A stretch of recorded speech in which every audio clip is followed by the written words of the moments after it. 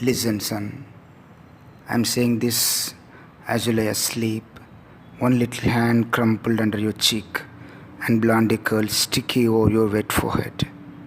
I've broken into your room alone. Just a few minutes ago, as I sat reading my paper in the library, a stifling wave of remorse swept over me. Guilty, I came to your bedside. There are things which I'm thinking, son.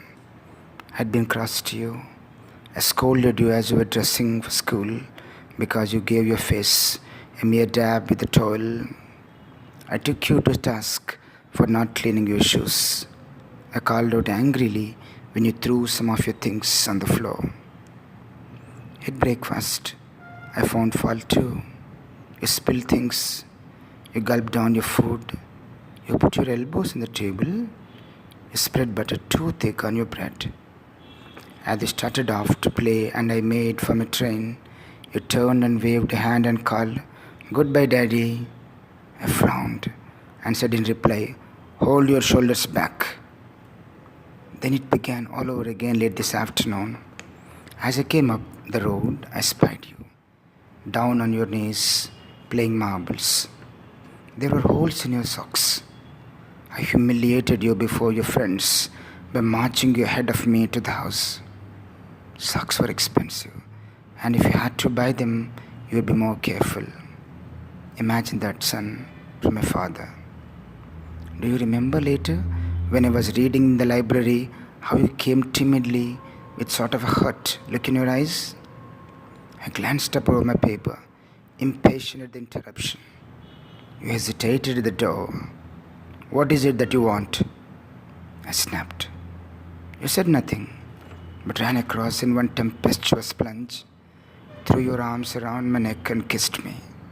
Your small arms tightened with affection that God had set blooming in your heart, which even neglect couldn't wither. Then you were gone, pattering up the stairs. Well, son, it was shortly afterwards that my paper slipped from my hands, and a terrible sickening fear came over me. What has habit been doing to me? The habit of finding fault or reprimanding? This was my reward to you for being a boy? It wasn't that I didn't love you. It was that I expected too much of you. I was measuring you by the yardstick of my own years. There's so much that was good, fine, and true in your character. The little heart of yours was as big as the dawn itself over the hills.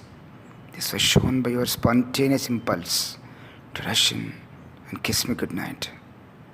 Nothing else mattered tonight, son. I come to your bedside in the darkness. I knelt there, ashamed.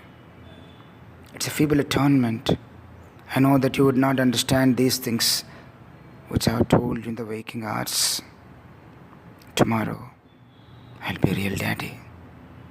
I'll chum with you, suffer when you suffer, and laugh when you laugh. I'll bite my tongue, son, when impatient words come.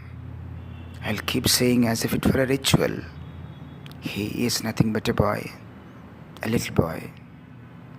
I'm afraid I visualized you as a man. Yet, I see now, son, crumpled and weary in your bed. I see that you are still a baby. Yesterday you were in your mother's arms, your head on her shoulder. I have asked too much, too